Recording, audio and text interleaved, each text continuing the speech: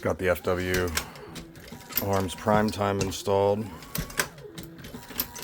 Super smooth, so easy to clear a jam or empty out your primer tube.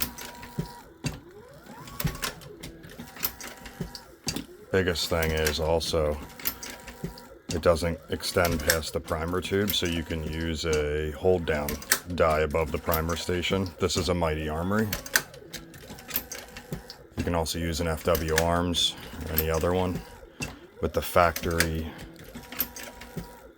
priming cam arm bracket here, it's stuck out to here, so you couldn't use anything on a threaded CNC die. It would hit it. You couldn't even install it.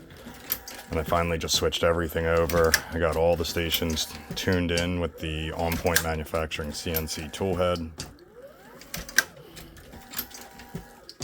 FW arm shell plate.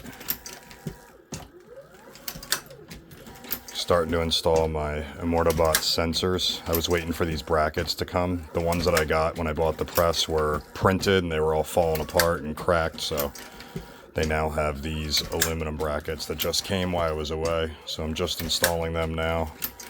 Case sensor. I just installed the double alpha Mr. Bullet feeder die. Spring pull down tensioner. Every once in a blue moon I'd get two that would fall, so this pulls it straight down after it lets a bullet go. Works great.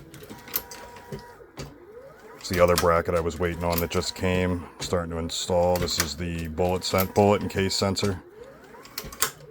So if this doesn't sense a case in the station, or it sees a bullet that's upside down or fell off or sideways, it'll stop the press. So I'm just getting that installed and tuned.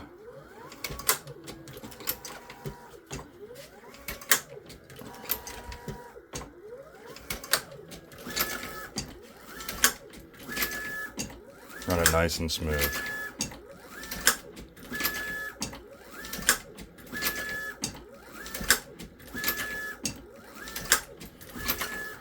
This updated beefier case feeding cam works great with a roller bearing on it. I also got a new case feed plunger. A little tighter tolerance, so it goes right into the shell plate. There's no movement, no jams I was getting every once in a blue moon. Ready to rock and roll.